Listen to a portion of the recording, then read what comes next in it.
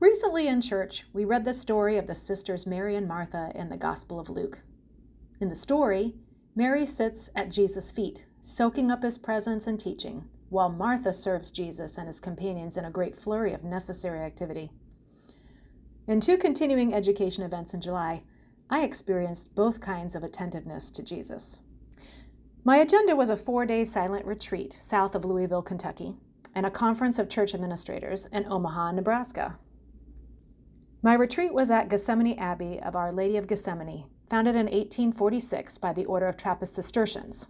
The Cistercians were started in 1098 in France.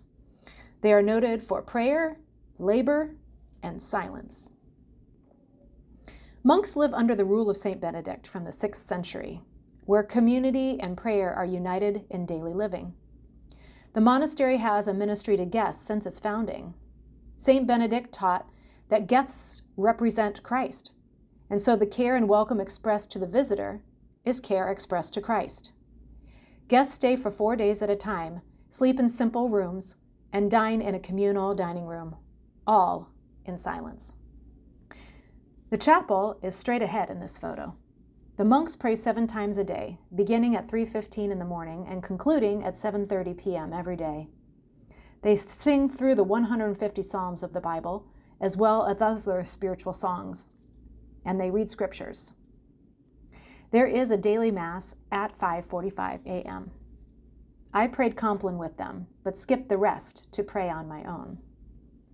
The Abbey is a working farm. I even saw a monk driving a tractor out in the field. I spent my mornings in devotional walks throughout the 1,500 acres surrounding the Abbey. I found all kinds of treasures.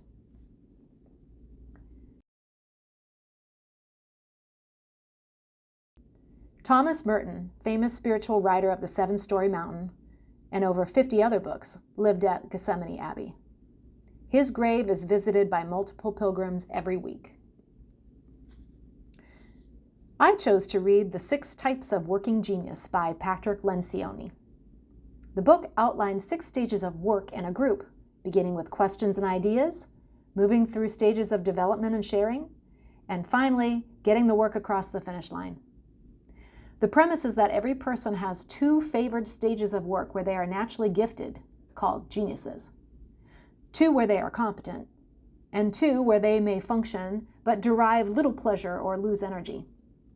Kathy Whited, Epiphany's Director of Operations, brought this book to our staff and recently led a retreat so that we might consider how to build successful teams, adjust our work, and leverage the gifts of others while working in our genius and competency as much as possible. Thomas Merton wrote that a monastery offers a place apart to entertain silence in the heart and listen for the voice of God, to pray for your own discovery. I find silent retreats to be very centering and to replenish my soul and energies. It may not be for everyone. I encourage everyone to find that place of rejuvenation for yourself and to consider it as time with God. My next continuing ed event was the Church Network National Conference in Omaha with Kathy Whited, Director of Operations.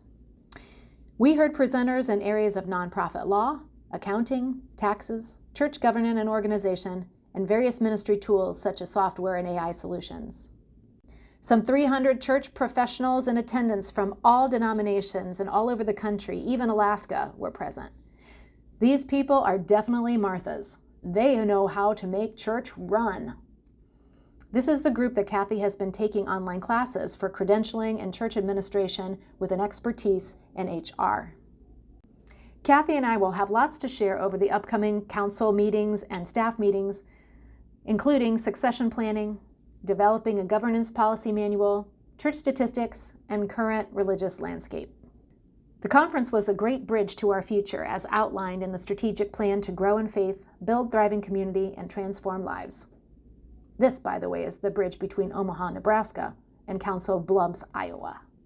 Kathy and I are grateful for the opportunity to make new connections, venture into new territory, and grow in our ministry skills. Thank you, Epiphany.